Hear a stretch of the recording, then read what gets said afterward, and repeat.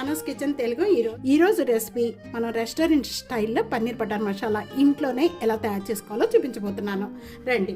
Paneer butter masala తయారు చేసుకోవడానికి నేను ప్యాన్లో 1 టేబుల్ స్పూన్ ఆయిల్ వేస్తున్నాను. 1 టేబుల్ స్పూన్ బటర్.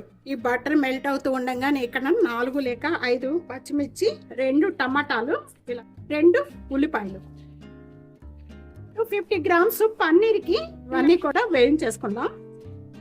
ఉండగానే 2 ఎండుమిర్చి అండి. ఉండగానే ఒక గుప్పుడు నానబెట్టుకున్నాం. 10 నిమిషాల ముందుగానే నానబెట్టుకోవాలి. జీడిపప్పు కూడా దీంట్లోనే వేసేసుకుందాం.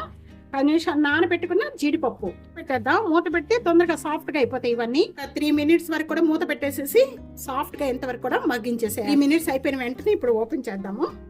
ఈ విధంగా మగ్గిపోతే చాలండి, ఎక్కువగా మగ్గనవసరం లేదు. వెంటనే ఇప్పుడు స్టవ్ ఆన్ చేసేద్దాం. బాగా చల్లారిన తర్వాత మిక్సీ జార్ పట్టుకోవాలండి. ఇవన్నీ మిక్సీ జార్ పట్టుకొని మెత్తగా పేస్ట్ చేసుకోవాలి. సేమ్ ప్యాన్ లోనే 1 టేబుల్ స్పూన్ గీ వేస్తున్నాను. 1 టేబుల్ స్పూన్ ఆయిల్ మెల్ట్ అయిపోయిన వెంటనే కూడా ఇక్కడ నేను ఒక 2 table spoon red chilli powder వేస్తున్నాను.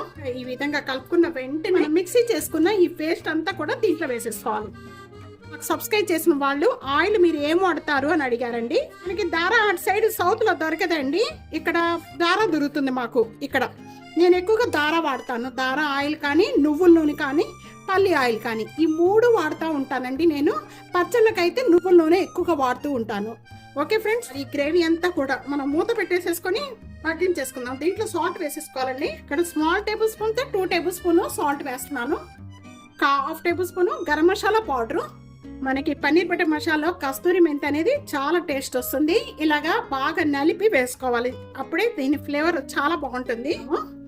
ఇదిగోండి, వాటర్ పోసేసుకొని మొత్తం కూడా ఈ గ్రేవీ అంతా కూడా ఇప్పుడు ఒకసారి బాగా కలుపుకుందాం. అన్ని వేసిన వెంటనే బాగా వేయించుకోవాలి. ఒక 3 మినిట్స్ వరకు కూడా ఈ గ్రేవీ అంతా కూడా ఆయిల్ సపరేట్ అయినంత వరకు కూడా మగ్గించుకోవాలండి. బాగా వేయించుకోవాలి ఇది గ్రేవీ.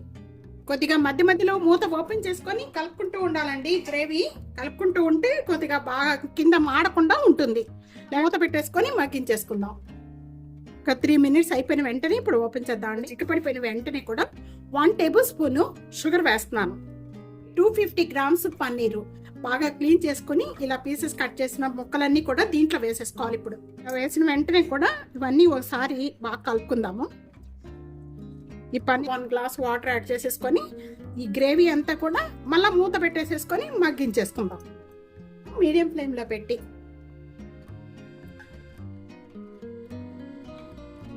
కూడా సపరేట్ అయిపోయి గ్రేవీ అంతా కూడా ఈ విధంగా చూస్తున్నారా, క్రీమీ లాగా వచ్చింది. చూసారండి, ఇలా అయిపోయిన వెంటనే ఇప్పుడు మనకి పప్పు నానబెట్టేసేసుకొని దాన్ని పేస్ట్ గా చేసుకొని వేసుకోవచ్చు. దించే ముందు కొద్దిగా కొత్తిమీర వేసేసుకొని ఇంకా దించేసుకుందాం.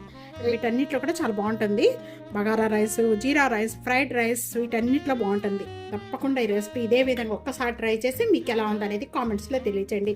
వీడియో నచ్చితే కనుక ఫ్యామిలీకి, ఫ్రెండ్స్కి వీడియో షేర్ చేయండి, లైక్ చేయండి, కామెంట్ చేయండి, సబ్స్క్రైబ్ చేసుకోవడం అస్సలు మర్చిపోదు friends. Thank you for watching. Next వీడియోలో మళ్ళీ కలుద్దాం మంచి మంచి వంటకాలతో. అంతవరకు సెలవు, బాయ్.